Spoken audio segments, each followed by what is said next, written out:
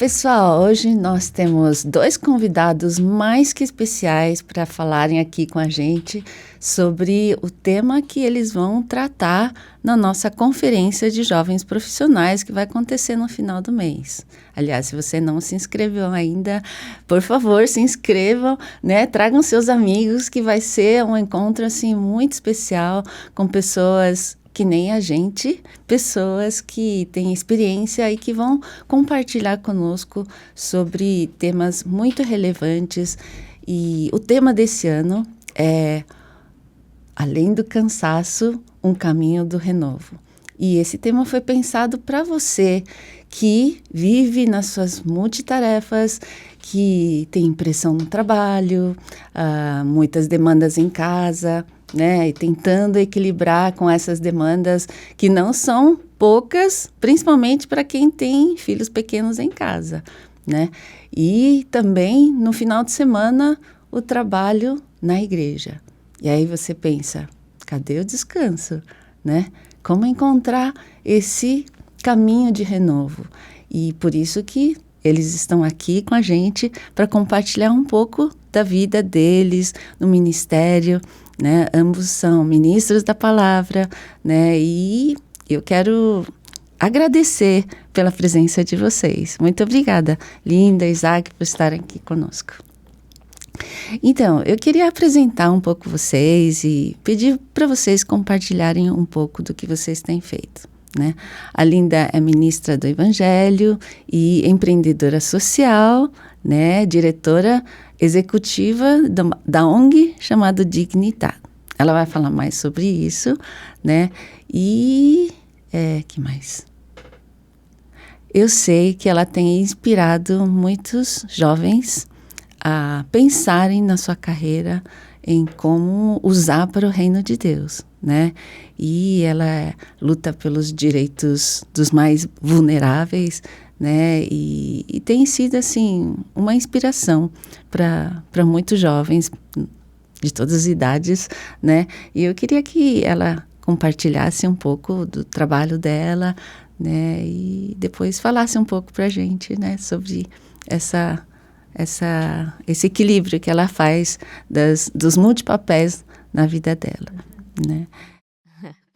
Obrigada pelo convite, pastor Isaac, tanto para compartilhar lá na conferência, né, quanto para fazer o convite aqui nesse momento. Bom, meu nome é Linda Lee, eu sou descendente de coreanos, né, mas nascida no Brasil. Eu sou casada com o Fred, nós temos 3 filhos que agora são adolescentes, né, a minha mais velha quase adulta, quase maior de idade. Eu sou ministra na igreja onde eu sirvo, onde eu cresci, que é a Igreja Presbiteriana Unida, né, a Ioná. Mas eu também tenho o privilégio de servir, a ISP, né, com os jovens. De vez em quando eu visito a Vida Nova. Eh, e ali na igreja, então, eu tenho feito o trabalho de aconselhamento, né, com uma equipe, missões urbanas, então pensando na transformação da cidade por meio do evangelho em vários setores. E o cuidado da igreja como um todo, por meio dos grupos pequenos, né. Além disso, do trabalho na igreja local, eu sou diretora da ONG Dignitate, né, somos uma ONG que combate o tráfico de pessoas, especializada mesmo no cuidado de mulheres que são resgatadas, né, e daí entra nesse escopo tanto, sobreviventes do tráfico, da exploração sexual, mas também vítimas de, violência doméstica. Então a gente trabalha com prevenção, que eu acredito que é um ponto aí fundamental nesse combate, né, com palestras, cursos, conversas. Aí na parte do resgate, a gente trabalha em parceria com algumas organizações aí, públicas, né, e outras, ONGs, mas o nosso foco é na restauração. Então, quando a pessoa é resgatada e ela chega para nós para receber o cuidado aí, né, nesse processo de reconstruir a vida, de reconstruir a dignidade, de restauração que o evangelho providenciou ali na cruz, né. Então, aí, além disso, eu trabalho como, conselheira, eu sirvo como conselheira em diversas organizações com foco em empreendedorismo social. Então eu tive uma empresa, né, um negócio como missão, a gente iniciou as atividades, mas esse negócio nasceu para ser, pra ser modelo, para ser referência, para mostrar como que a gente vive na prática, né, como a gente integra na prática a nossa fé, os valores do reino, na prática ali do trabalho. E aí por causa dessa experiência eu continuo então trabalhando com isso. Dentro da Dignitate eu fundei a ADAR, que é o negócio social da ONG. Então, e aí por causa, dessas experiências que Deus tem permitido, que Ele tem ensinado, eu tenho podido também servir outras organizações, nesse sentido, né, com esse foco de empreendedorismo social, negócios como missão, e assim por diante. E a Dar é muito interessante, né? Minha filha ficou sabendo desse projeto, né? E ela comprou o pacote do Dia das Mães. Eu vou lá amanhã. Né? E como que é esse trabalho da Adar?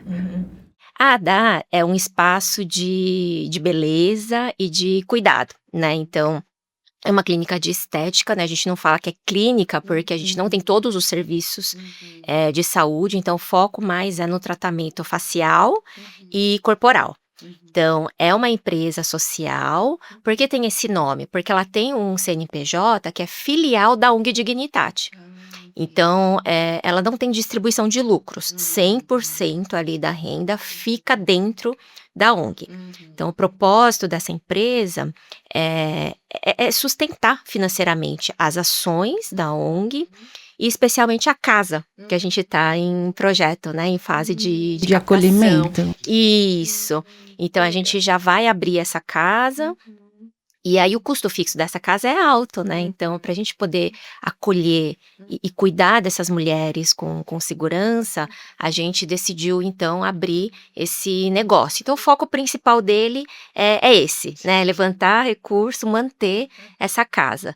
Aí ali na Adar a gente tem as profissionais, né, então a gente tem a bioesteticista, temos as massoterapeutas, né, fisioterapeutas que vêm também, dar treinamento, conselho, então a gente tem uma equipe de profissionais que fazem esse atendimento.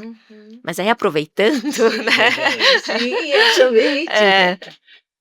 ali a ideia, pensando assim, tudo que inclusive vai ser um dos focos do meu workshop, né, tudo precisa estar debaixo da verdade, dos valores, do princípio do senhorio de Cristo, né. Então a gente fala ali de tratamento facial e corporal, mas ele não é, assim, invasivo, ele não é contra o que é a natureza que o Senhor nos deu. Então a gente fala que é um tratamento pro-age, né. Então, até os produtos todos que a gente usa são escolhidos a dedo, com cuidado, pensando nessa coerência de tudo que a gente faz, do que essa empresa oferece, precisa estar alinhado com o que a gente acredita que é a verdadeira beleza, né. Então a gente tem essa proposta de ressignificar a beleza, tanto no escopo maior, né, da ONG Dignidade, quando você pensa que aquele recurso vai colaborar com a restauração dessas mulheres, mas também para quem vem receber o tratamento na ADAR, né. Então são produtos livres de química, né, a gente fala que são biocompatíveis, que não agridem a pele, e é muito, assim, é lindo, né, e é empolgante ver como que Deus construiu a ADAR, quantas pessoas participaram.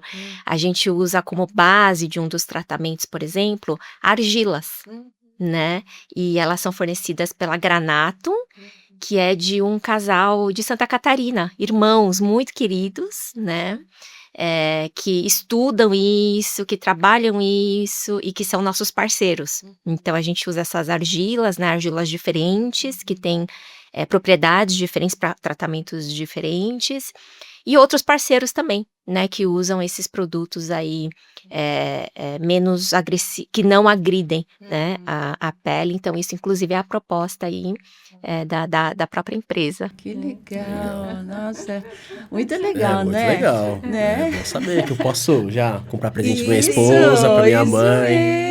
Já sei onde Isso pesquisar na mesmo. próxima vez. Já. Né? Além de você ter um tratamento de qualidade, você está ajudando uma missão, né? Um trabalho que vai ajudar muita gente, né? Isso faz com que a gente sinta que está fazendo um bom investimento, né? Muito legal, muito legal. Deixa eu perguntar então agora para você, né? Para quem não conhece, o Isaac é o pastor mais novinho, né? Assim, do nosso presbitério, da Igreja Presbiteriana de Formosa, de São Paulo, né?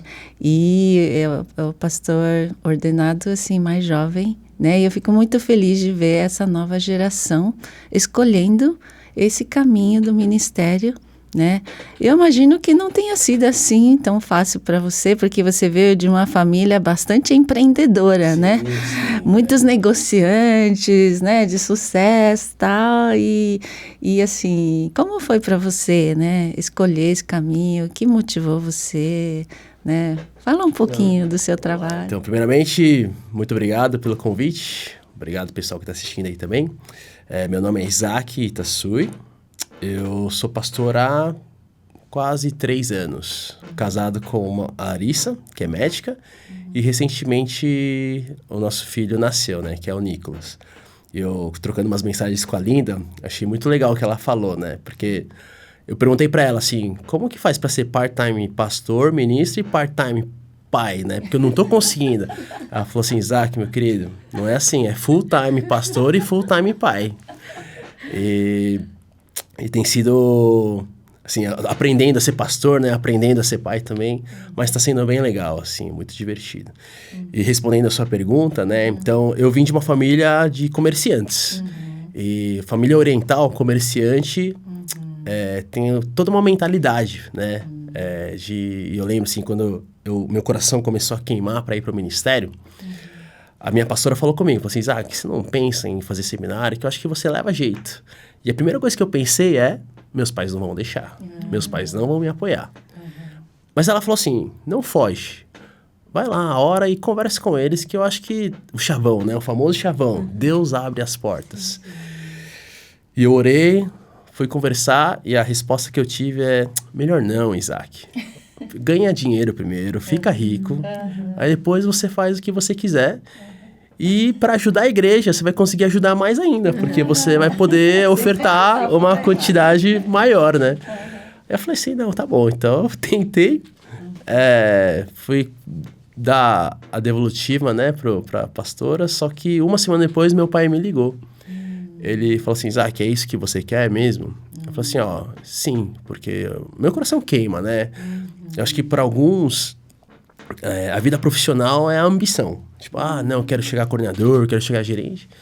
Mas eu gastava todo o meu tempo pensando em como melhorar a comunhão na igreja, como melhorar aqui, como melhorar ali, ministério de adolescentes, assim, isso ficava no meu coração o tempo todo, né? Eu falei assim, pai, é isso, eu não tenho ambição na minha vida profissional, mas quando o assunto é a igreja, eu não consigo parar de pensar. Aí eu falei assim, não, beleza, conversei com sua irmã, com suas irmãs, né, conversei com seus primos, e eles acham que você leva jeito. Então, se é isso mesmo que você quer, eu vou te apoiar. E é interessante que hoje, assim, né, meu pai, quando ele assiste uma pregação em mandarim que ele gosta, ele me manda, ele fala assim, você tem que ser igual esse cara aqui, tem que treinar, tem que aprender. Então, eu acho que foi assim que começou e pra mim, né, eu acho que a maior confirmação foi quando meu pai me apoiou. Então, eu entendi mesmo que Deus realmente abre portas quando é pra ser. Então, foi assim que começou tudo. Então, eu acho que muita gente não vê o valor tão grande que é cuidar da casa de Deus, né, da família de Deus, da comunidade de Deus, porque Deus deixou uma comunidade tão poderosa que tem um fim de restauração, né, de completar a salvação, né, que Jesus iniciou e que continua fazendo na nossa vida. Então, esse olhar para a igreja e ter essa disposição, né, de gastar a sua vida, toda a sua melhor energia nisso, né, fortalecendo a comunidade do reino de Deus, é algo maravilhoso, né? Eu vejo assim com muito valor. E obrigada, né, por você ter aceitado esse desafio, né? E eu acho que também isso é inspiração para outros jovens que estão subindo, né? A gente ora para que Deus levante sempre pessoas assim, capacitadas por Deus, né? E eu fico imaginando que também não foi fácil para você, né? Você compartilhou um pouco em algum dos retiros a sua luta lá, porque você fez direito e tudo, né?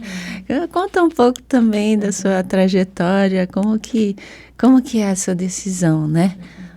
E junto com também a sua caminhada como empreendedora, né? Usando também as suas capacidades de trabalho para o reino de Deus. Eu também, foi a mesma história, assim, né, eu na minha caminhada com Jesus, assim, eu Jesus me encontrou, né, eu era muito nova, né, tinha 12 anos, e com 15 eu tive um encontro com o Senhor, eu entendo que foi quando ele me chamou para esse ministério específico de cuidar da sua igreja, né. A gente gosta de falar, quando a gente pensa essa questão de integrar fé e trabalho, que todo mundo tem um ministério, né, não só quem tem o ministério da palavra, que o da palavra é um diferente, né, dentro do corpo. E eu não pensava em fazer uma faculdade, digamos assim, né, regular, eu queria acabar a escola e entrar no seminário. Mas, obviamente meus pais foram contra, e eu era muito nova, e os meus pastores na época também me aconselharam, falou assim: "Menina, você é nova, faz uma faculdade, né, não vai perder nada, só vai ganhar", então, e eu agradeço esse conselho, né, até hoje, eu acho que a faculdade ela me deu muitas ferramentas, ainda de direito, nossa, eu me apaixonei pela, né, depois o problema foi não seguir a carreira, de manter o combinado com o Senhor, né. Mas, passei sim, pela resistência dos meus pais, o tempo de espera, até que a benção deles veio também, né, então o Senhor falou com eles, e hoje eles são torcedores, apoiadores e, né, minha mãe também vive mandando vídeo: "Ó, assiste esse aqui, né, você que trabalha com isso, aprende aqui", né, intercessores, né. Então, foi um processo, não simples, mas eu acredito que faz muito parte, assim, essa questão de, pra Deus nos usar, ele precisa moldar o nosso caráter, né, constantemente. E o moldar o caráter é nos tornar semelhantes a Cristo, né. Então algo que é nosso, que é diferente de Cristo, precisa morrer. E não tem como não doer, né, que cada um tem o seu processo, esse de negar a si, de crucificar o ego, né, de confiar totalmente em Deus. E a gente passou então também por esse, processo. E aí, eu comecei então a servir a igreja, a minha, digamos assim, o ministério começou, na verdade, mais assim missionário mesmo, então envolvimento com as missões urbanas, né, levando equipe, entrando nas comunidades carentes, na Fundação Casa, né, e outros. E eu acredito que foi todo um processo de Deus também, assim, conectando com gente aqui na cidade de São Paulo, muitas organizações, muitas amizades preciosíssimas que Deus permitiu nessa caminhada. E aí isso foi, assim, se aprofundando, se aprimorando. Eu tive a oportunidade de também mobilizar outras igrejas para participarem junto com a gente, né, das ações que a gente fazia aí de evangelismo, entrando, né, nesses lugares. E aí depois eu fiquei, focada ali no ministério de ensino, de pastoreio na igreja, e aí você fala: "Nossa, onde que começou essa coisa só com empreendedorismo social, né?" Que hora que começou? Foi há uns 13 anos atrás, quando um jovem, me procurou e falou: "Olha, eu tô em crise, né, porque eu amo Jesus", e realmente um jovem que ama Jesus, né, assim, muito fiel, servo, passava, assim, o final de semana inteiro, aquela coisa clássica, né, até vou falar o tema do meu workshop é isso, final de semana inteiro na igreja, né, todo feriado tá em retiro, em evento. Trabalhando, né? É. E aí ele falou assim, mas aí chega a segunda a sexta, e aí ele usou essa expressão que não é bonita, mas eu gosto de repetir, eu não sei onde enfiar o evangelho. E aí ele começou a contar dos desafios dentro do contexto dele, do mercado onde ele atuava, né? Só que aquela crise dele me trouxe crise, Sim. né? Porque eu falei, bom, eu passo a semana inteira preparando a palavra, estudo os eventos, né? E discipulando, mas se ele não sabe onde ele enfia tudo isso de segunda a sexta, ou eu tô fazendo alguma coisa muito errada, né? Ou eu não sei de algo que eu tenho que fazer e não, né, não tô fazendo. Então, essa crise dele me trouxe crise. Eu acho que esse foi um turning point, assim, na verdade, na minha jornada aí do ministério. E aí eu comecei a pesquisar, né? Eu falei, gente, alguém já deve ter feito essa pergunta na história da igreja, assim, em algum momento. E eu brinco, né? Mas é verdade que eu dei um Google mesmo, sabe? Porque não tinha ChatGPT na época, tinha, né? Se tivesse... não tinha. E, assim, fé e trabalho, enfim. E foi quando eu descobri, digamos assim, né, o movimento Lausanne, que eu nunca tinha ouvido falar. Eu tinha feito seminário, estudava, lia muita coisa, mas nunca tinha ouvido falar. Que é um movimento que pensa missões, é um movimento global, né, interdenominacional, fundado por pessoas como Billy Graham, né, Lauren Cunningham, Samuel Escobar. Então, pensando missões globalmente. E dentro de Lausanne tem ali uma frente que pensa negócios como missão. Então foi assim que eu tive contato com o tema. Além disso, eu vi que tinha um movimento secular paralelo, que é o do capitalismo consciente, né, do Yunus, né, o banqueiro dos pobres. Então, tinha naquele momento também uma conversa, né, algo forte chegando no Brasil, sobre o lucro não como um fim em si, né, a empresa não como um fim em si, isso do ponto de vista secular. Olha que interessante, né, assim, a igreja ainda, assim, acordando, né, e aqui eles já estavam organizando eventos, inclusive levei uma equipe para a Alemanha para participar do Summit do Yunus, Negócios Sociais, né, então para, enfim, integrar, aprender, reter, né, o que a gente entendia que vinha ali da graça comum, né.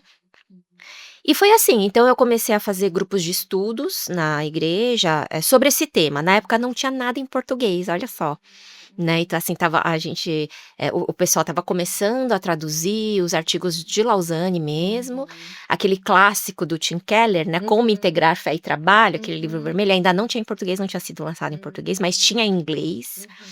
Então, a gente trouxe muito material ali dos Estados Unidos mesmo, e aí eu elaborei um material em português aqui, com base em toda aquela bibliografia, né.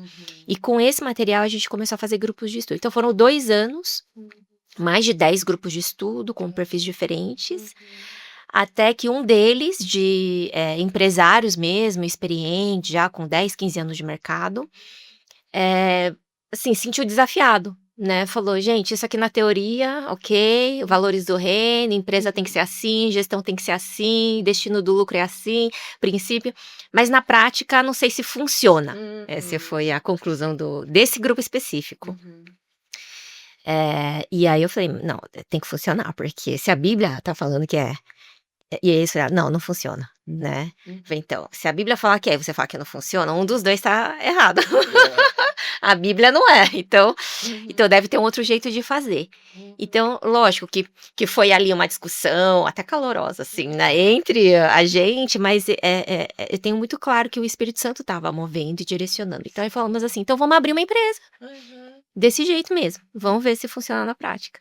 E foi assim que começou a minha jornada aí, com o empreendedorismo social e negócios como missão. Então, nossa, é muito bonito. Eu acredito firmemente que um verdadeiro evangelho, ele transforma a sociedade, né? Ele começa transformando dentro da gente, depois transforma a nossa família, transforma nosso redor e a nossa cidade, né? Então, eu acho que esse olhar, assim, para a cidade, para os mais vulneráveis, é um olhar de Cristo, né? Que Cristo sempre andou, assim, olhando para as pessoas mais necessitadas. E eu vejo que pelo menos eu conheço mais, né? O John Wesley, né? O quanto o evangelho transformou a Inglaterra, né? Então, assim, o verdadeiro evangelho não é só para si mesmo, né?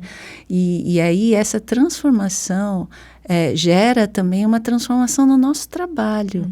A maneira como a gente lida, né, com as pessoas, com tudo, né?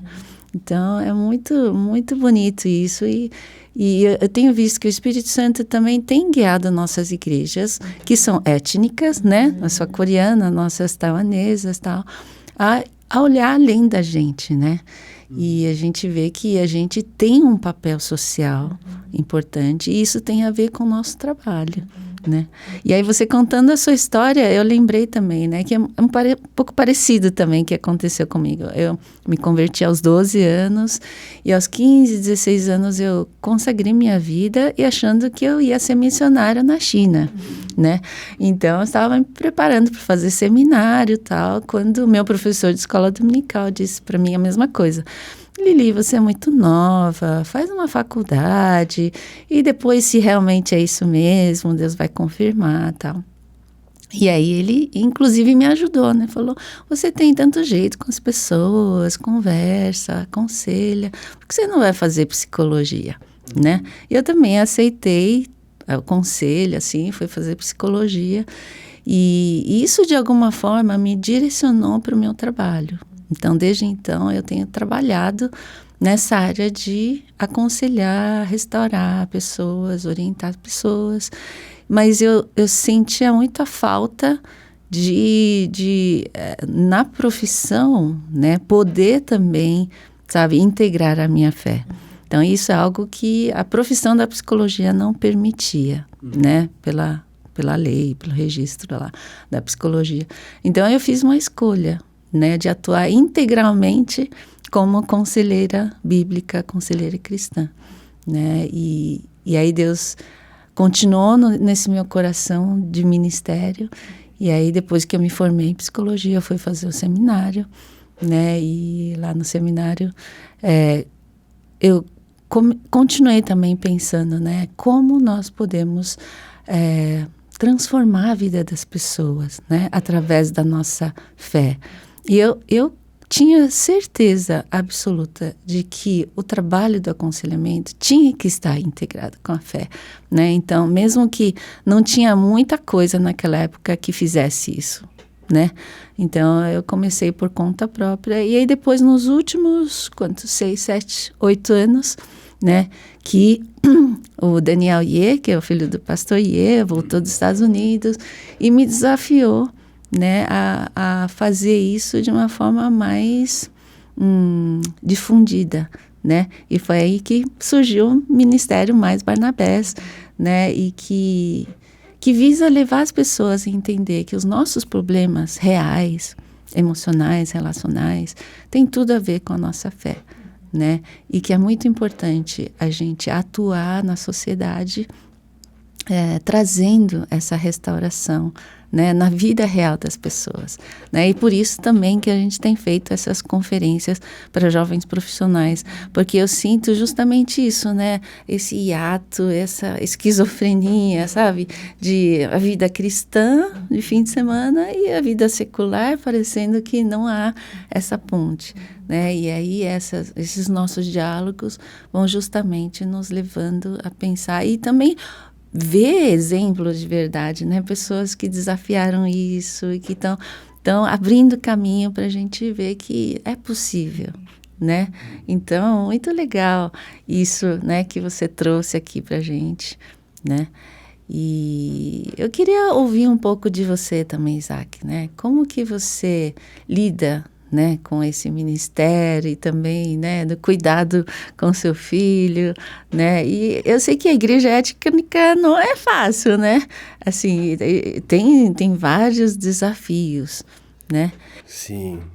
Um dos motivos, né, de eu estar com essas olheiras é porque o filho pequeno não é fácil, sim, mas eu dou graças a Deus que ele é bem bonzinho, vai com todo mundo na igreja, né? Eu até brinco que fica perigoso, porque eu não sei com quem tá, ele não chora.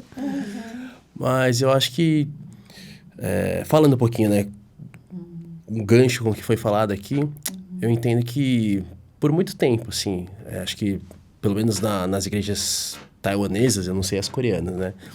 A gente, na igreja, a gente foca muito no nosso relacionamento com Deus.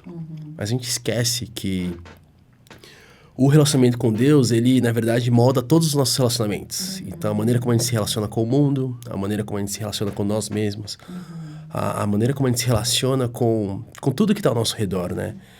E eu sei que tem essa dificuldade, porque é justamente isso.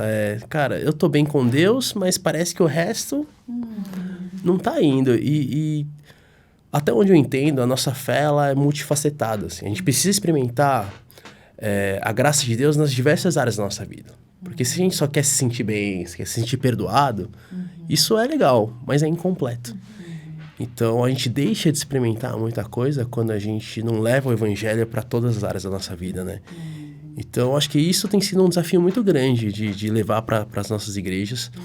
É difícil, porque muitas vezes a pessoa que está indo para a igreja, ela quer um conforto. E o evangelho, infelizmente, ou felizmente, né? Não sei. Felizmente. Infelizmente para quem quer conforto, Infelizmente para quem quer conforto, nos tira o tempo todo do conforto. E esse é um desafio, né? Eu gosto muito da frase do Ziel, né? Que o evangelho é para confortar os que estão abalados, mas é para abalar os que estão confortáveis. É isso, né? Então, acho que esse tem sido um desafio muito grande, né? É conseguir levar justamente o evangelho para todas as áreas, porque exige muita intencionalidade, exige um compromisso, exige aceitar um chamado que muitas vezes parece que a gente vai sair perdendo de tudo isso, mas no fundo a gente ganha o caráter de Cristo, né, que é o mais importante. E eu sei que você teve uma primeira formação em ADM, né? Administração, e depois foi fazer teologia. E agora você recentemente concluiu também curso de psicologia, né? E você é casado com uma psiquiatra, né? Como você acha que Deus te levou a esse caminho da saúde mental e como você, não sei, liga isso com a vida eclesiástica, né? Se tem a ver, não tem a ver, como que... Eu vou começar um pouquinho antes, assim, vai parecer que não está muito ligada, mas acho que vai estar bem ligado. Eu fui muito abençoado, porque eu cresci com amigos muito próximos da igreja, que não sei porquê, mas eu lembro que o meu amigo, assim, que eu conheci no acampamento com 6 anos, ele foi numa viagem missionária, quando ele estava no ensino médio. Daí ele voltou e ele falou assim, Isaac, para mim o que ficou é Tiago 5,16, é confessar os pecados uns aos outros para a gente ser curado.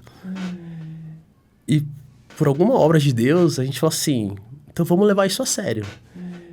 E desde então, eu acho que eu tive um espaço na igreja muito terapêutico de poder confessar os meus pecados, de poder orar, de, assim, todas as lutas de um adolescente, né? Pornografia, todas essas coisas, a gente confessava. E eu, graças a Deus, nunca me senti sozinho na igreja, que eu sei que é algo que acontece muito. E conforme eu fui crescendo, eu fui entendendo uma coisa, né? Principalmente no período do seminário, que a nossa cultura, a cultura oriental, ela é bem... Ela é super, qual que é a palavra? Meritocrata. Cara, você vai conquistar com a sua própria força, é você e você mesmo. Deus está lá para te abençoar. Mas você tem que fazer acontecer, né? E isso eu entendo que gerava muitos problemas emocionais, né? Já começando que os relacionamentos dos filhos com os pais têm a dificuldade da língua, tem toda a cobrança, né? Eu brinco, cara, todos os meus amigos fizeram USP, eu fiz SPM, assim, e eu me sinto mal por isso. O que se for ver no papel, a SPM está entre as melhores escolas do Brasil, mas por comparação, eu já me senti inferior. Então eu fui entendendo, assim, que na nossa cultura oriental, a gente tem tudo isso, né? Muita cobrança, a gente tem muita comparação. E para mim ia gerando dores. Mas quando você conversava com outras pessoas, acho que muitas vezes a conversa ela era meio não sei se meritocrata, mas é isso aí. Superficial. É superficial, não, você só tem que melhorar isso, melhorar aquilo. E a questão da dor, eu sentia que nunca era muito bem tratada. Então eu resolvi fazer psicologia não para atender, mas para me ajudar no pastoreio, para compreender bem a dor. Eu acho que, talvez colocando em outras palavras, a igreja onde eu cresci, ela não sabe lidar muito bem com a dor. Ela acha que, cara, Deus vai resolver a sua dor. Mas no fundo, Deus, ela habita na dor. E eu acho que para eu compreender isso, eu resolvi fazer um curso de psicologia para entender que, assim, Deus, ele não quer fazer a dor ir embora, mas ele quer habitar na nossa dor. Ele quer segurar a nossa mão durante todo esse período para no final a gente conseguir dar glórias a Deus por tudo que passou, sabe? Então eu acho que me encantou para compreender o que se passa no coração do homem, né? Acho que não é tão simples. E eu acho que quando a gente consegue identificar melhor o problema, a gente consegue levar o evangelho de uma maneira mais precisa para cada problema, assim, né? Então, foi esse um dos motivos que eu resolvi. E qual que vai ser o tema da sua palestra? Uma ótima pergunta, né? Que, assim, como eu falei, eu fui muito abençoado por ter amigos.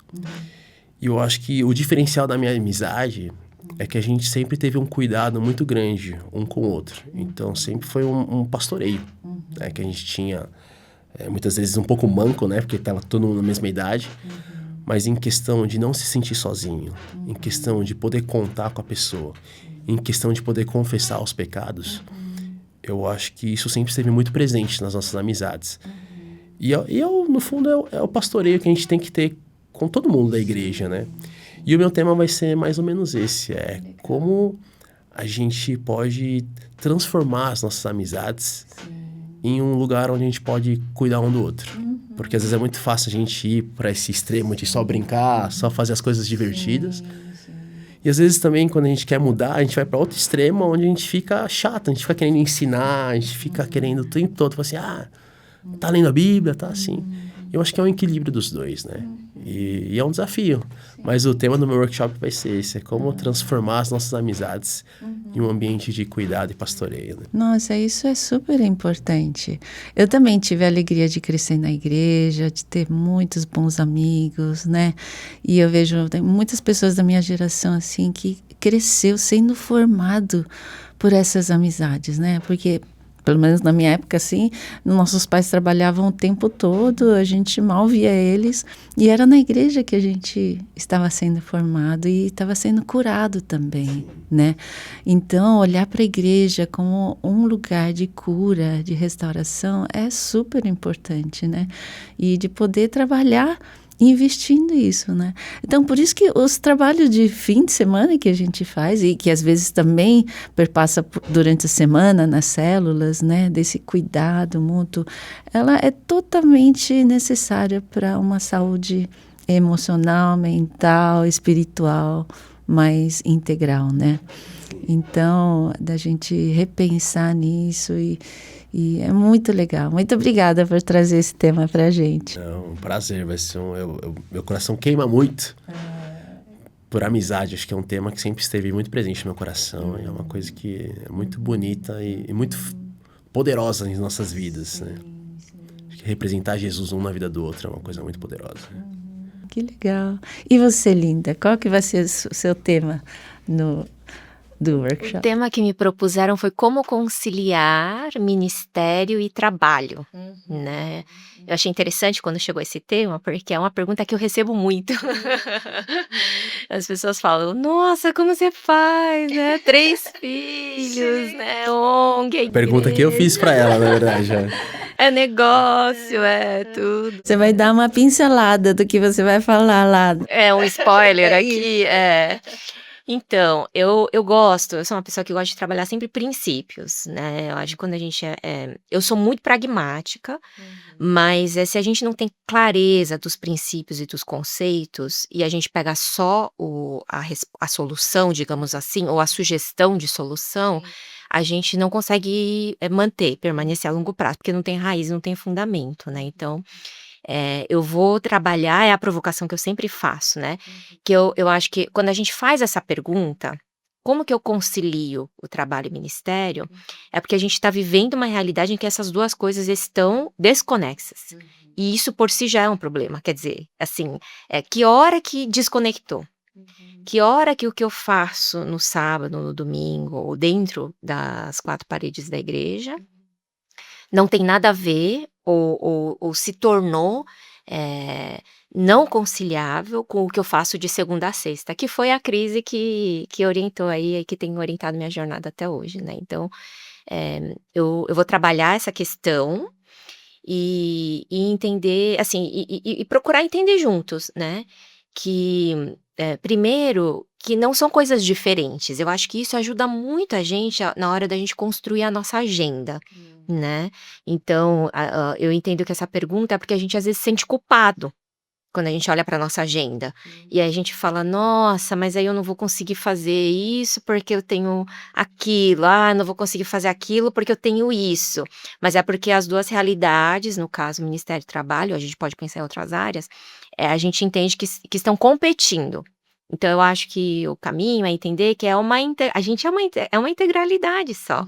Né? Então, se eu me sinto culpado de que, sei lá, nesse feriado eu não fui servir num retiro, né, porque eu estava descansando, porque eu estou no momento ali da empresa ou do meu trabalho, meu momento profissional, que está demandando muito de mim, eu precisava desse tempo com a família, se eu me sinto culpado, nossa, nesse feriado eu não estou fazendo algo para Deus, então é porque eu não entendi que a minha família é para Deus, eu não entendi que o trabalho é para Deus, então no trabalho eu não estou fazendo para Deus, por isso que eu acho que eu tinha que estar lá fazendo para Deus, né, então, mas eu não vou falar mais não,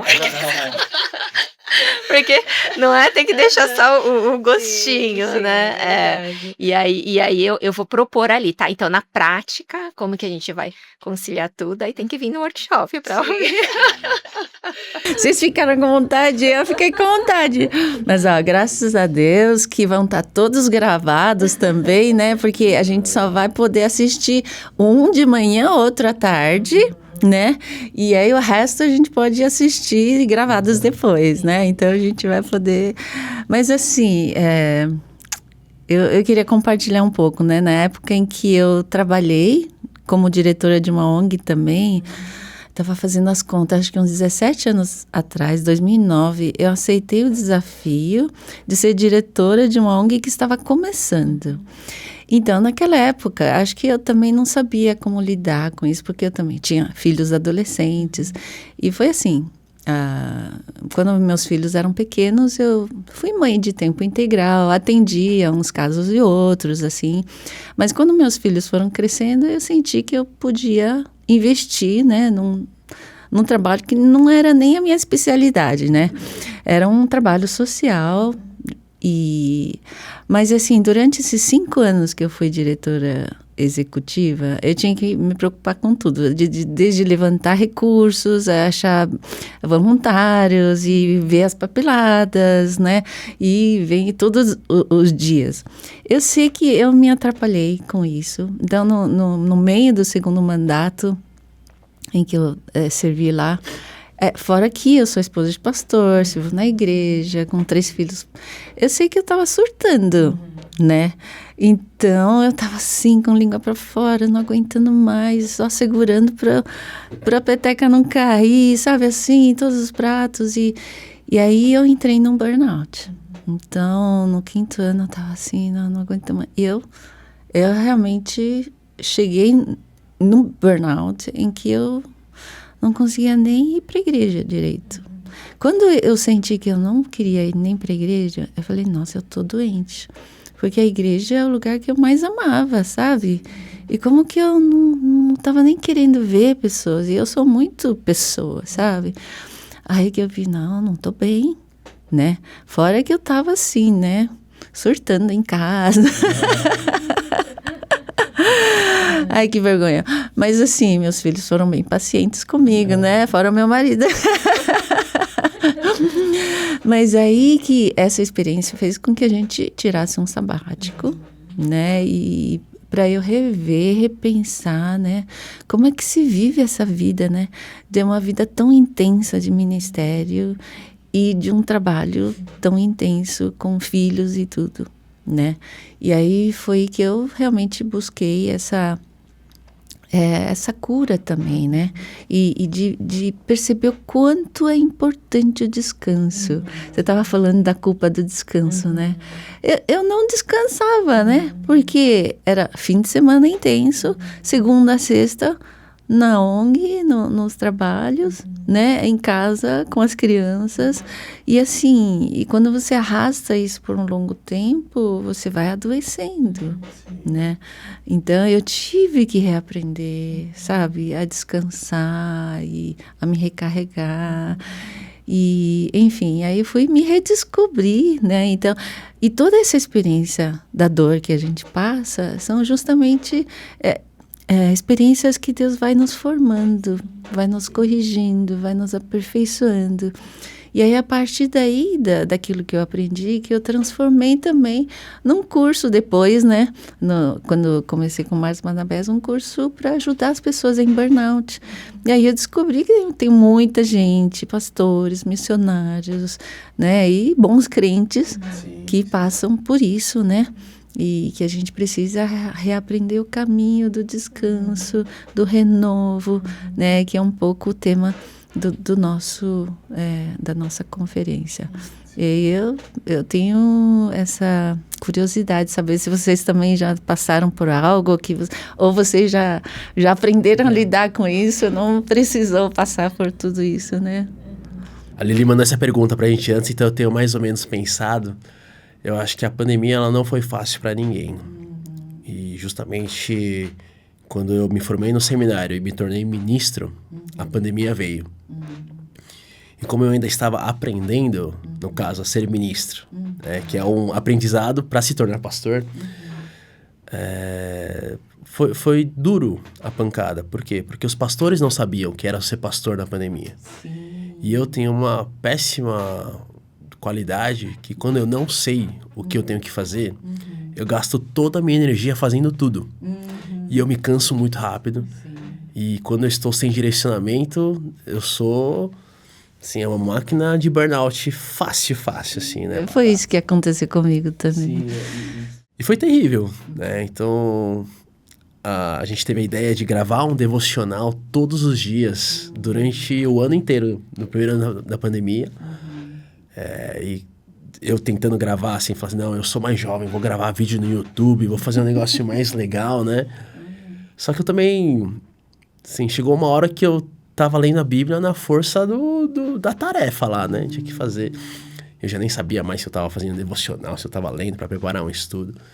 Então foi bem, bem cruel a pandemia comigo, né? E logo que a pandemia acabou, aconteceu uma situação muito dura para minha família, que a minha irmã, ela pegou um câncer de pâncreas e ela faleceu em menos de, assim, foi questão de meses, assim, 8 meses a partir do momento que ela descobriu, 8 meses ela faleceu e eu emocionalmente tava mal, tava abalado, assim, e eu não choro, eu não sinto tristeza, mas eu deixo de funcionar. Acho que a minha maneira de lidar com essas emoções é não sabendo o que fazer, né? Então eu tava, assim, triste, as pessoas olhavam assim. Engraçado, né? Não sei se já falaram isso pra você alguma vez, mas quando falam é um pouco triste. Falam assim, Isaac, parece que você perdeu o brilho. E de fato eu não tinha mais como brilhar, né? Porque meu coração tava muito pesado. E eu lembro muito bem, assim, né? O que foi o ponto de virada, assim. Foi quando o Ricardo Agreste, ele tinha uma conferência, acho que é Ressurgência o nome da conferência, e ele fez uma chamada. Foi só uma chamada, um vidinho de 3 minutos. E ele falou assim, ó, que a pandemia foi duro com todos os pastores. E o resultado disso, né, foi muito esforço para pouquíssimo retorno. E o que aconteceu? Os pastores começaram a tirar o coração do que eles estavam fazendo, para não se machucar mais. Então, eles continuavam fazendo o que estavam fazendo, mas o coração deles já não estava mais lá. E quando eu ouvi esse videozinho, eu fiquei, cara, sou eu. Sou eu. E eu lembro de esses meus amigos que eu cresci junto, eu conversei com eles e falei assim, ó, eu tô passando por isso, cara, não tá fácil, não tô sabendo o que fazer. E foi legal, porque eles sentaram comigo e me ajudaram. Assim, Isaac, então vamos fazer uma lista aqui de tudo que você tá fazendo. Isso aqui, pode deixar que a gente resolve. Isso aqui, você tem que fazer mesmo. Aquilo ali, vamos ver outra pessoa. Então, eles me ajudaram bastante, assim. Mas foi isso, eu acho que foi duro. Mas é isso, né? Deus, ele acompanha o processo. E eu acho que hoje eu já lido um pouco melhor com essa minha falta de direcionamento. Mas ainda é uma coisa que eu preciso muito me policiar, né? Mas que legal você ter tido essa abertura, né? Essa vulnerabilidade de compartilhar sua dificuldade. Eu acho que isso é uma das dificuldades dos pastores, que acho que tem que ser super-homem, super-mulher, que tem que estar bem o tempo todo. E essa não é a realidade, né? Todos nós sofremos baques. Ou até desorientação.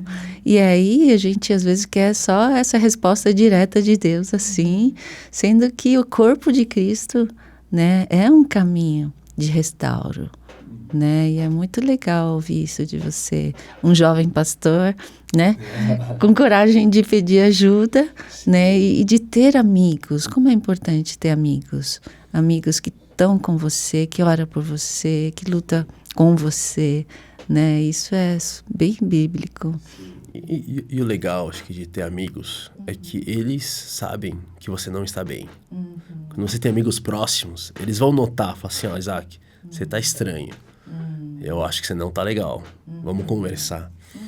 Eu acho que isso é muito importante, porque, querendo ou não, nós como pastores, a gente precisa manter lá a aparência de que vamos, tá tudo bem, né? Eu brinco assim que na pandemia, um dos temas que eu tinha que pregar era sobre esperança.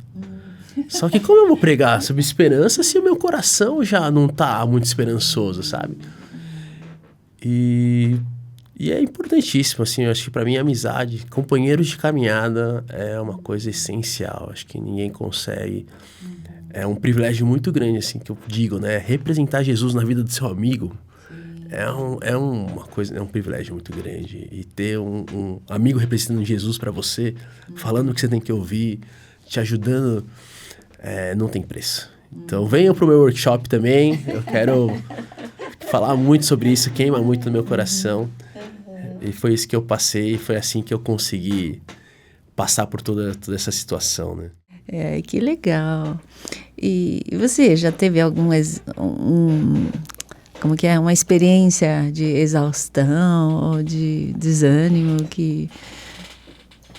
ou não? Você sempre foi super positiva? Então, eu acho assim, eu ouço, né, as pessoas perguntam, isso é uma pergunta que eu ouço muito, assim, você já teve burnout?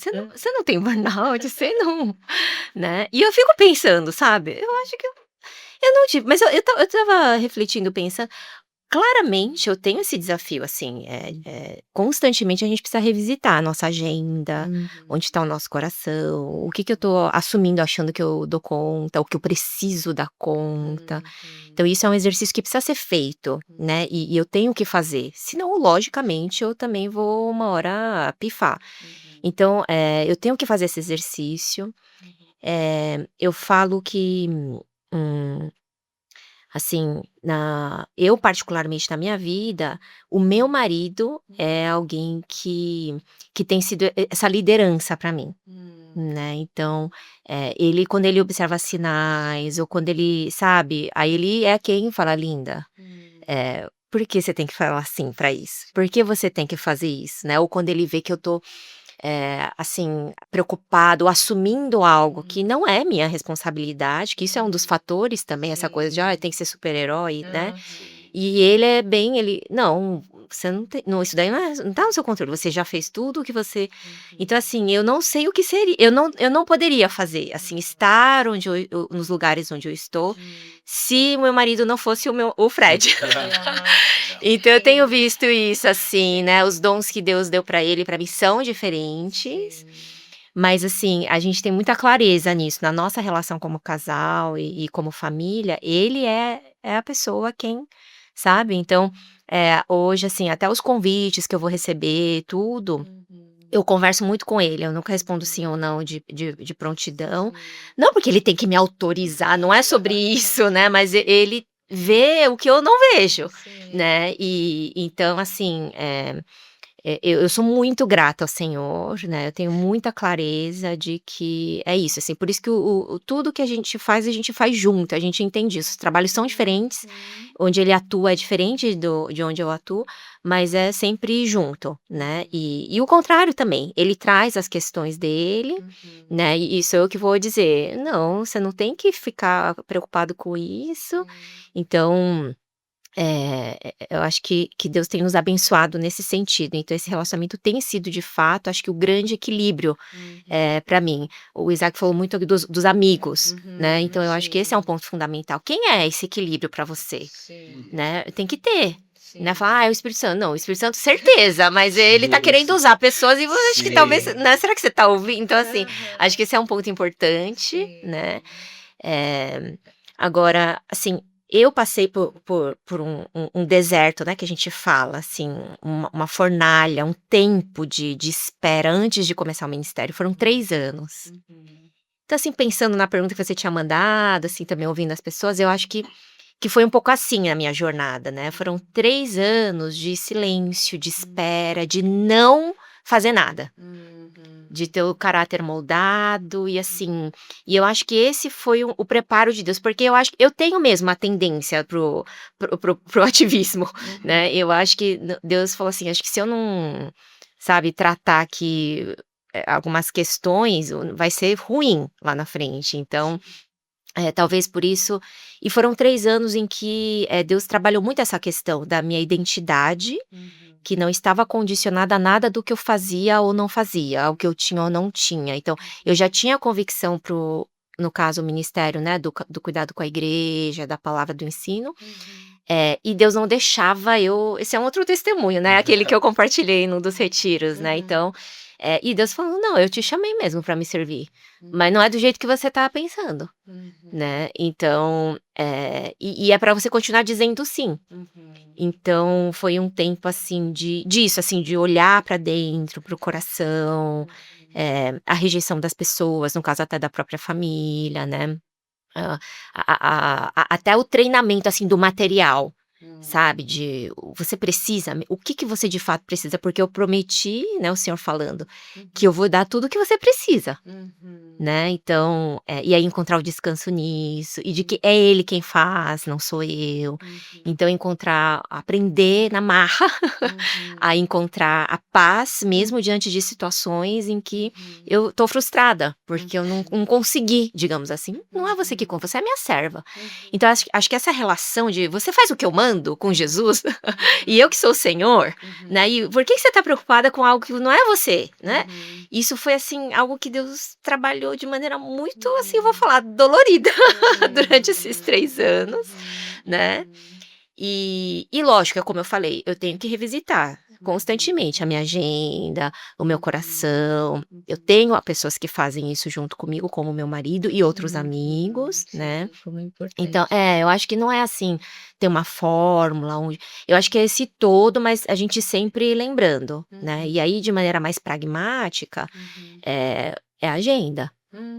Eu acho que a nossa agenda, ela reflete muito o nosso coração, né. Então por que que essa agenda ela tá abarrotada de sims, né, porque eu acho que eu vou resolver, porque eu preciso talvez estar ali, né. Então, às vezes as pessoas falam: "Ai, você é muito ocupada", né, a impressão, acho que eu fico falando com meu marido isso também, "Você será eu passo a impressão", eu nunca falo: "Ai, eu tô tão ocupada, tenho", nunca falo isso, né, porque não é, mas as pessoas acho que porque vê, né, que eu tô envolvida com muita, mas assim, realmente, às vezes alguém vai me ligar, fala: "Linda, você pode?" Eu vou falar: "Não, esse dia eu não posso". "Ah, você pode?" "Não, eu posso naquele dia, agora não dá". E aí acho que a impressão que dá: "Nossa, porque a agenda dela tá lotada". Não, é porque eu não vou negociar a minha agenda, né, aquilo que eu não vou trocar, não vou tirar dela o meu tempo com Deus, o meu tempo com a minha família de qualidade, né. Adolescentes, né, Lili, você sabe, é Sim, uma demanda diferente, né, sim. de tempo. A minha agenda tem que estar disponível para quando eles voltarem da escola, eu estar ali para ouvir todos os dramas deles, né? Para acolher, para abraçar. Não é só abraçar mais, né? Alimenta, dá banho, põe para dormir. Eu preciso estar ali. Então a gente organizou a agenda. Então, por exemplo, eu tinha antes, quando as crianças eram menores, às vezes 3 reuniões em casa. Cozinhando, ministrando, oração, resolvendo coisa. Quando eles entraram na adolescência, que eu percebi que a demanda era diferente, porque quando eles eram menores era isso, alimenta, dá banho, põe pra dormir e aí eu tô lá. E aí a gente organizou a agenda. Então eu quase não recebo mais gente em casa, né, assim, uma vez por semana no máximo, ou porque precisa, mas eu deixo de fazer, não. Né? Aí eu vou estar lá às vezes, né?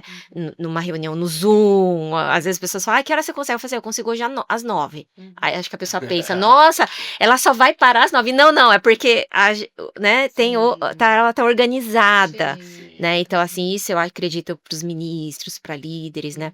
Muitas questões que o Isaac falou, de delegar, né? Você falou também, de delegar, não precisa ser eu, né, dos limites, né, de falar não, e eu consigo falar não com tranquilidade, porque eu sei que não sou eu que vou resolver, é Jesus que vai resolver, né, e ter paz com isso, e tudo bem, né, então, mas eu podia fazer, talvez sim, talvez não, mas eu tenho que entender o que eu tenho que fazer, né, então eu acho que essa questão da agenda é um ponto que eu tenho enfatizado bastante, assim, é algo que eu tenho, é o conselho que eu tenho dado para muitos líderes, né, que eu acompanho, que eu mentoro, né, e eu acho que é o grande desafio para os nossos tempos de hoje. Então, aí eu quero convidar vocês para estar na nossa conferência de jovens profissionais. Então, você que se sente um jovem profissional, né, pode ser casado com filhos, né, ou não, mas que você realmente gostaria de